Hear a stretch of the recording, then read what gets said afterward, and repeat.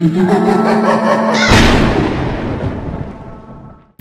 Number 13। सुनो, मेरे कमरे का हीटर काम नहीं कर रहा है, अंदर आकर ठीक करो। ड्यूटी पर नए नए ज्वाइन हुए होटल कर्मचारी को लगा कि उसे कस्टमर को खुश करने का मौका मिल रहा है। वो झट से उस मैडम के पीछे रूम में चला गया और मैडम ने अंदर से दरवाजा बंद कर लिया। लेकिन वो था उस होटल का सबसे मनहूस कमरा, रूम नंबर 13। ये खौफनाक कहानी है लोनावला की। लोनावला की खूबसूरत वादियों में होटल अतिथि कुछ सालों पहले ही नया नया शुरू हुआ था। होटल में टोटल 20 रूम्स थे और सभी रूम्स हर सीजन में हमेशा एंगेज रहते थे। लेकिन होटल अतिथि में एक कमरा ऐसा भी था जिसमें बस एक बार एक ही कस्टमर गया और उसके बाद वो कमरा हमेशा हमेशा के लिए आउट ऑफ सर्विस हो गया। वो था रूम नंबर 13। दुनिया की किसी भी होटल में रूम नंबर 13 नहीं देखा मैंने, क्योंकि 13 नंबर रूम अशुभ माना जाता है। मैंने सोचा मैं अलग करूंगा।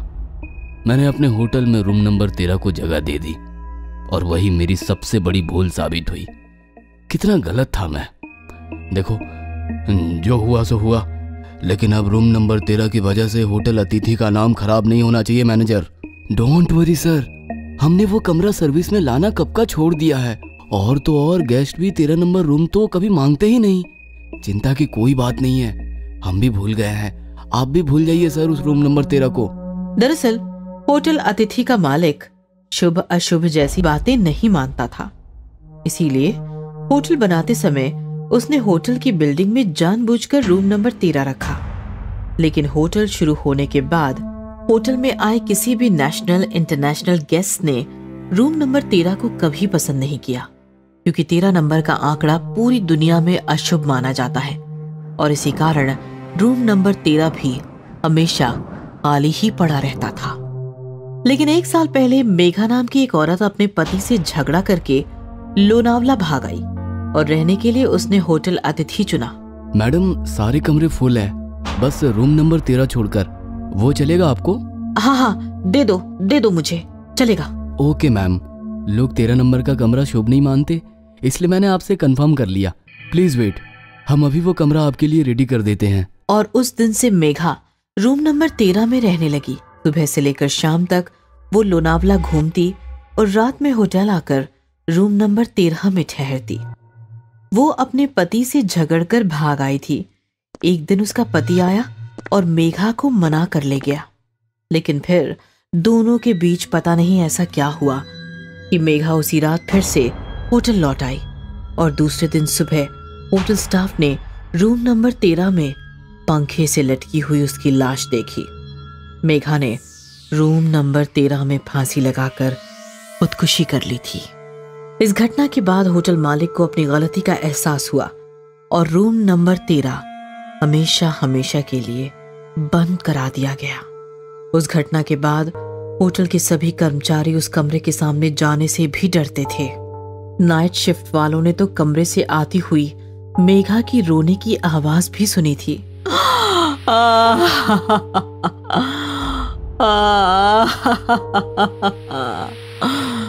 विशाल, तुमने ठीक नहीं किया।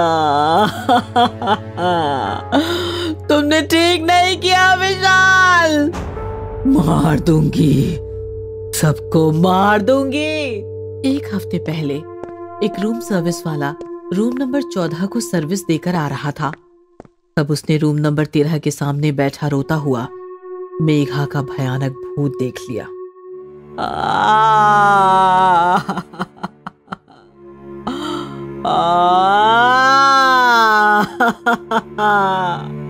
उसी दिन वो रूम सर्विस वाला भाग गया था और आज उसकी जगह पर एक नया रूम सर्वेंट आया, मुरारी नाम का। मुरारी, रूम नंबर 14 से बटर चिकन का ऑर्डर आया है, जा देकर आ। जी दीजिए, अभी गया और अभी आया। अबे आराम से जा। और सुन, तू नया है, रूम नंबर 13 के बारे में पता है ना तुझे? पता है, सब पता है मुझे। आप बस मुझे इतना बता दो, यहाँ टिप तो मिलती होगी ना? मैं पहले उस मन्नत में काम करता था, सब साले कंजूस लोग ही आते थे वहाँ। जा भाई, मेरा दिमाग मत खा। मुरारी बटर चिकन का ऑर्डर लेकर रूम नंबर 14 में पहुंचा। कमरे में एक शादीशुदा कपल था। मुरारी को उन्होंने 500 रुपए टिप दी। मोटी टिप मिलने पर खुश हुआ मुरारी उछलता हुआ किचन की तरफ भाग ही रहा था कि तभी, सुनो, मेरे कमरे का हीटर काम नहीं कर रहा है, अंदर आकर ठीक करो। जी मैडम, अभी करता हूँ। मुरारी अंदर गया और रूम का दरवाजा बंद हो गया। वही था रूम नंबर 13। मैडम, मैडम कहाँ हो आप? कमाल है, अभी तो यही थी। विशाल, तुमने ठीक नहीं किया। मार दूंगी, सबको मार दूंगी, सबको मार दूंगी मैं। नजारा देखकर मुरारी की हालत बिगड़ गई। मेघा का भयानक भूत उसके सामने बेड पर बैठा था। वो धीरे धीरे मुरारी की तरफ बढ़ने लगा तो मुरारी के पसीने छूटने लगे। उस झगड़े की इतनी बड़ी सजा दे रहे थे विशाल तुम मुझको। मुझे पहाड़ से गिराकर धक्का देने वाले थे तुम। मैडम, मैं मुरारी। मैडम, मुझे डर लग रहा है। मैडम, तुम मुझे मारना चाहते थे ना? देखो विशाल, अब मैं मर गई हूँ, फांसी लगा ली है मैंने, लेकिन अब मैं तुम्हें कभी भी नहीं छोड़ूंगी विशाल। मैं तुम्हें चैन से नहीं जीने दूंगी विशाल, मैं तुम्हें चैन से नहीं जीने दूंगी। ऐसा कहकर चीखती हुई मेघा मुरारी पर झपट पड़ी और मुरारी जोर जोर से चिल्लाने लगा, बचाओ, बचाओ मुझे। लेकिन मेघा ने मुरारी को नहीं छोड़ा। उसने अपने लंबे लंबे नुकीले नाखूनों से मुरारी का सीना पकड़ा और देखते ही देखते उसका सीना चीर दिया। इस प्रकार रूम नंबर 13 ने मेघा के हाथों से मुरारी को मारकर 1 साल बाद अपना दूसरा शिकार भी पा लिया था। बबलू, विशाल और विकास तीनों काफी जिगरी दोस्त थे। कोलकाता में रहते थे। तीनों की कॉलेज की पढ़ाई कंप्लीट हो चुकी थी और तीनों बेरोजगारी एंजॉय कर रहे थे। एक दिन की बात है, बातों बातों में विशाल बोला, यार, तुम लोगों ने भानगढ़ फोर्ट के बारे में सुना है? काफी कुछ सुना है मैंने उस फोर्ट के बारे में। राजस्थान में है। काफी पुराना और भयानक फोर्ट है वो। लोगों का कहना है कि वो भूतिया फोर्ट है, इसलिए शाम के बाद सूरज निकलने से पहले उस फोर्ट में जाना अलाउड नहीं है। तभी बबलू मुस्कुराते हुए बोला, जी विकास जी, हमारा अगला डेस्टिनेशन वही है, भानगढ़ फोर्ट। मैं नहीं आऊंगा तुम लोगों के साथ। तुम लोग मुझे हर वक्त सताते रहते हो। वहाँ उस किले में कुछ सीरियस कर बैठोगे मेरे साथ? मैं नहीं आऊंगा तुम्हारे साथ। विकास को लगा कि वो मना कर देगा तो उसके दोनों दोस्त भी भानगढ़ की तरफ जाने का प्लान कैंसिल कर देंगे, लेकिन हुआ कुछ उल्टा। ठीक है, तुम्हें नहीं आना तो मत आओ, हम दोनों तो जरूर जाएंगे। ये सुनकर बेचारा विकास भी मान गया, क्योंकि वो अपने दोनों दोस्तों के बगैर अकेला नहीं रह सकता था। फिर तीनों ट्रेन में बैठकर राजस्थान की तरफ निकल पड़े। राजस्थान में बस और टैक्सी का सफर करते करते वे किले के सामने पहुंच गए। भानगढ़ फोर्ट काफी बड़ा और काफी लंबा फैला था। ऐसा लग रहा था कि वो सबको निगलना चाहता हो। काफी पुराना और लगभग खंडहर हो चुका है ये फोर्ट। तभी तो मैं सोचूं कि इस किले से लोगों की इतनी फटती क्यों है। फिर तीनों दोस्त टिकट लेकर अंदर किले में गए और घूमने लगे। किला अंदर से काफी विशाल और पुराना था। बड़े बड़े महल और उनके बड़े बड़े कमरे थे। पानी का एक विशाल तालाब था। राजा महाराजाओं की और बहुत सी पुरानी चीजें थी जो देखने लायक थी। काफी सारे देशी विदेशी पर्यटक किला घूम रहे थे। धीरे धीरे शाम हो गई और अचानक सिक्योरिटी गार्ड्स किले के अंदर आकर चिल्लाने लगे, चलो सब लोग, शाम हो गई है, अब इस किले में रहना अलाउड नहीं है। गार्ड की बात मानकर सब लोग बाहर निकलने लगे, लेकिन विशाल और बबलू का कुछ अलग ही प्लान था। हम एक काम करते हैं, आज रात इसी किले में रुकते हैं और देखते हैं कि इस किले के बारे में जो जो बातें करते हैं लोग, वह सच में सच है या अफवाह। नहीं नहीं, मरना है क्या? अरे कुछ नहीं होता, हम पढ़े लिखे नौजवान हैं, हमें डरना नहीं चाहिए यार। चलो हम किसी कमरे में छिप जाते हैं फिर बबलू और विशाल एक कमरे में भाग गए। तभी विकास ने देखा कि एक सिक्योरिटी गार्ड जो काफी हट्टा कट्टा और भयानक था, वो विकास की तरफ ही आ रहा है। विकास को समझ नहीं आया कि अब वो क्या करे। वो भागा और एक कमरे में छिप गया। किले का विशाल सा गेट बंद करा दिया गया और रात हुई। विकास एक कमरे में था। काफी घना अंधेरा था और विशाल को अजीब अजीब आवाजें आनी शुरू हो गई थी। बबलू, विशाल, कहाँ हो तुम दोनों? मुझे बहुत डर लग रहा है। विकास ने दोनों को कॉल लगाया, लेकिन उनका कॉल भी नहीं लग रहा था। तभी किसी ने विकास का मोबाइल खींचकर उसे किले से बाहर फेंक दिया। विकास ने सामने देखा तो उसकी चीख निकल गई, क्योंकि उसके सामने खड़ा था एक भयानक भूत।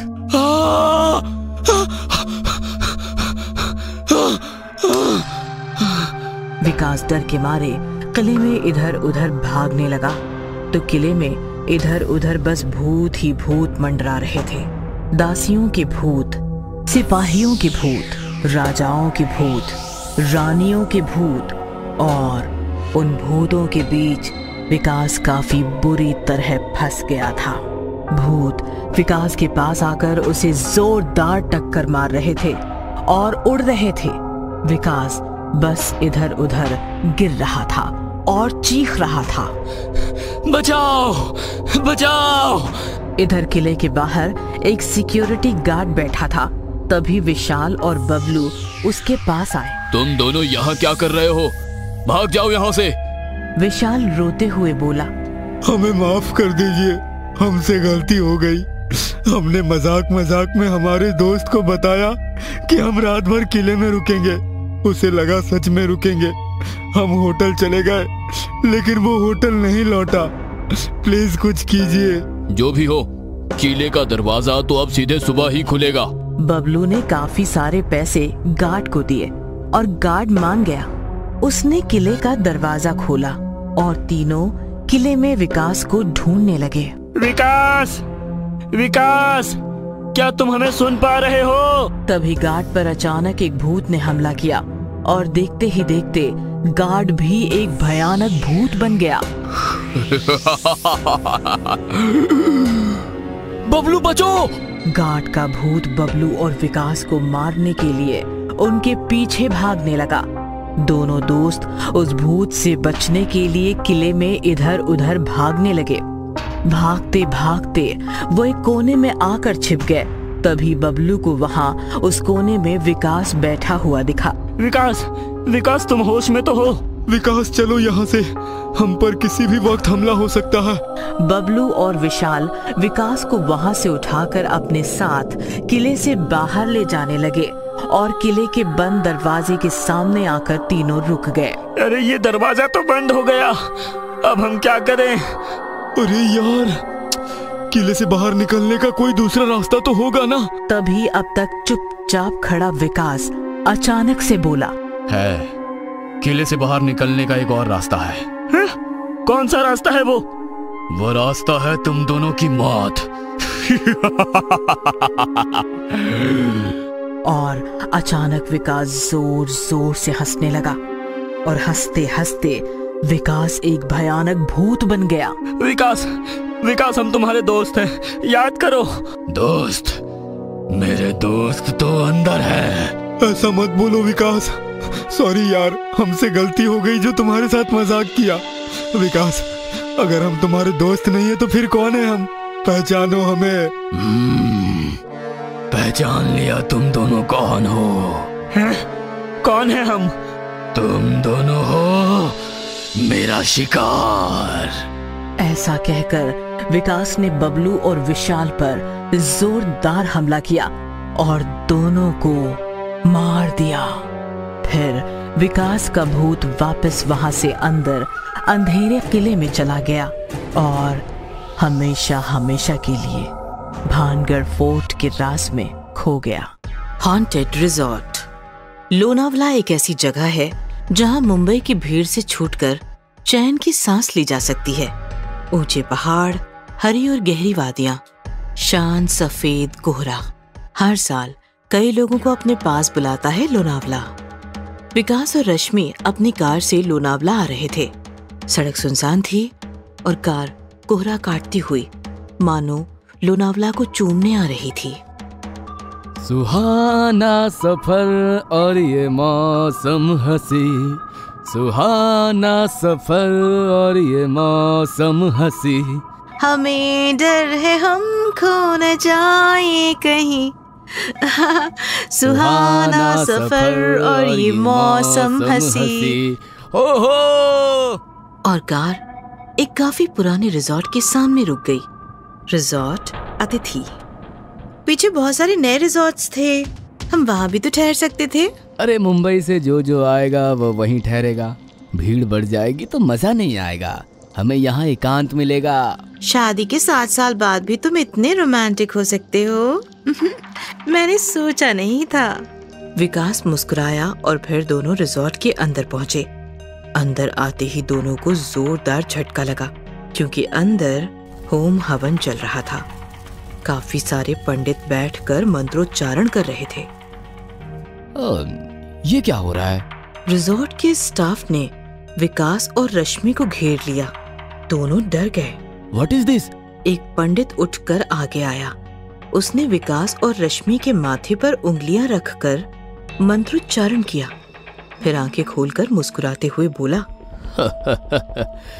अतिथि में आपका स्वागत है। विकास कुछ पूछने ही वाला था कि तभी मैनेजर बोला, अरे खड़े खड़े क्या देख रहे हो? सर और मैडम को उनके कमरे में ले जाओ। स्टाफ के एक आदमी ने दोनों का सामान उठा लिया। विकास और रश्मि बिना कुछ बोले उसके पीछे निकल गए। पंडित जी, ये दोनों यहाँ तक कैसे पहुँचे? शायद ये मुंबई से ना हो, लेकिन इनकी कार की पासिंग तो मुंबई की ही है। अगर ऐसा है तो फिर मुझे भी समझ नहीं आ रहा ये दोनों यहाँ तक कैसे पहुँचे। इधर विकास और रश्मि कमरे में बातें कर रहे थे। अजीब लोग हैं, हमें यहाँ आना ही नहीं चाहिए था। रश्मि, डोंट वरी, पुराना रिजॉर्ट है, लोग भी पुराने ख्यालों के ही होंगे ना। हमें कौन सा यहाँ घर बसाना है। चलो फ्रेश वगैरह हो जाते हैं और घूमने चलते हैं। तभी अचानक किसी के चिल्लाने की आवाज आने लगी। विकास और रश्मि खिड़की से बाहर देखने लगे। बाहर काफी सारी भीड़ गेट के बाहर खड़ी चीख रही थी। गेट बंद था और रिजॉर्ट का स्टाफ उस भीड़ को रोक रहा था। भागो यहाँ से, तुम लोग मरे हुए हो, भागो। हमें अंदर आने दो हमें। अचानक वो आदमी अजीब आवाज में चीखने लगा और चीखते चीखते जख्मी होता चला गया। उसका पूरा बदन फूटने लगा और उसके साथ साथ पूरी भीड़ के शरीर से भी खून टपकने लगा। ओम त्र्यंबकम यजामहे सुगंधिम पुष्टिवर्धनम। ओम। भीड़ भयानक तरीके से चीखने लगी।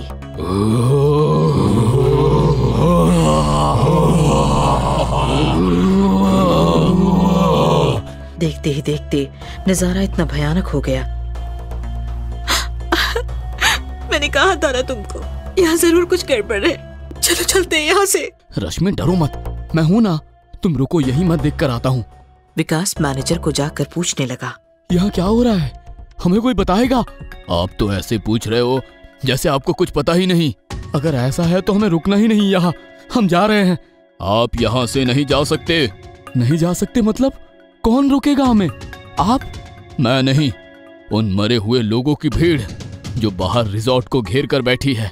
आप मुंबई से आए हैं ना? हाँ, लेकिन बात क्या है? कौन थे वो लोग? दरअसल आज सुबह मुंबई और लोनावाला के बीच जो पहाड़ है वो अचानक टूटकर गिर पड़ा, जिसके नीचे सैकड़ों लोग दबकर मर गए। वो सब उन्हीं लोगों की भूत है जो रिजॉर्ट में घुसना चाहते हैं। एक बार वो अंदर आ गए तो फिर कभी बाहर नहीं जाएंगे। इसलिए सुबह से होम हवन चल रहा है यहाँ ही नहीं, लोनावाला के सभी रिजॉर्ट में किसी को एंट्री नहीं मिल रही। क्या बात कर रहे हो? रास्ते में हमें तो कोई पहाड़ नहीं मिला गिरा हुआ। वैसे कुछ हुआ होता तो हम यहाँ तक पहुँचते कैसे? हम भी पहाड़ के नीचे गिरकर मर जाते ना, क्योंकि हम भी तो सुबह ही निकले थे मुंबई से। यही तो हमें समझ नहीं आ रहा, तुम लोग यहाँ तक पहुँचे कैसे? हमें वो जानना भी नहीं है, हम जा रहे हैं यहाँ से। विकास अपने कमरे में आया तो कमरे में रश्मि नहीं थी। विकास ने बाहर देखा तो रश्मि बाहर रिजॉर्ट का गेट खोलकर खड़ी थी। रश्मि, ये क्या किया तूने? वो घायल थे। बच्चे बूढ़े भूखे प्यासे रो रहे थे, अंदर आना चाहते थे। वो कौन? रश्मि ने हाथ उठाकर विकास को दिखाया। विकास ने गेट के बाहर देखा तो बाहर से अंदर काफी सारे भयानक भूत रोते चीखते चिल्लाते बीवी बच्चों के साथ अंदर रिजॉर्ट में भाग रहे थे। अचानक रश्मि बेहोश हो गई। विकास ने रश्मि को संभाला और वो रिजॉर्ट के अंदर जाते हुए भूतों को देखता रहा। सारे भूत अंदर चले गए। विकास ने झट से रश्मि को कार में डाला और कार मुंबई की तरफ घुमाई। रश्मि बेहोश थी। विकास कोहरे में कार चला रहा था। थोड़ी देर बाद रश्मि को होश आ गया। रश्मि, डोंट वरी, हम बच गए हैं। रिजॉर्ट में रहते तो मर जाते। रश्मि मुस्कुराई और गाना गाने लगी।